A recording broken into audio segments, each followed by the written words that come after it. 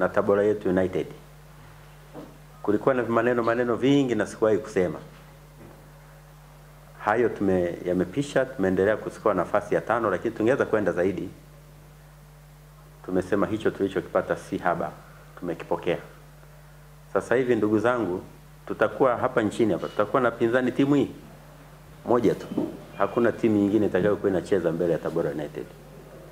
Tumejiandaa na usajili wa maana. Acha wale vijana kwa wanatusumbua mara rushwa, mara vitu gani vya kijinga.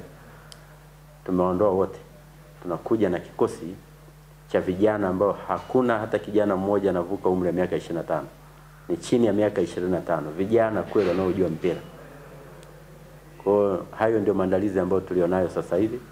Tutaangalia tarehe rasmi, tuwe na Tabora United Day. Siku hiyo ndio tutawatangaza wachezaji wetu wote. Na itakuwa ni sherehe ya kimkoa. Uwanja wa Ali Hassan Mwinyi, watu wa Tabora watajaa pale.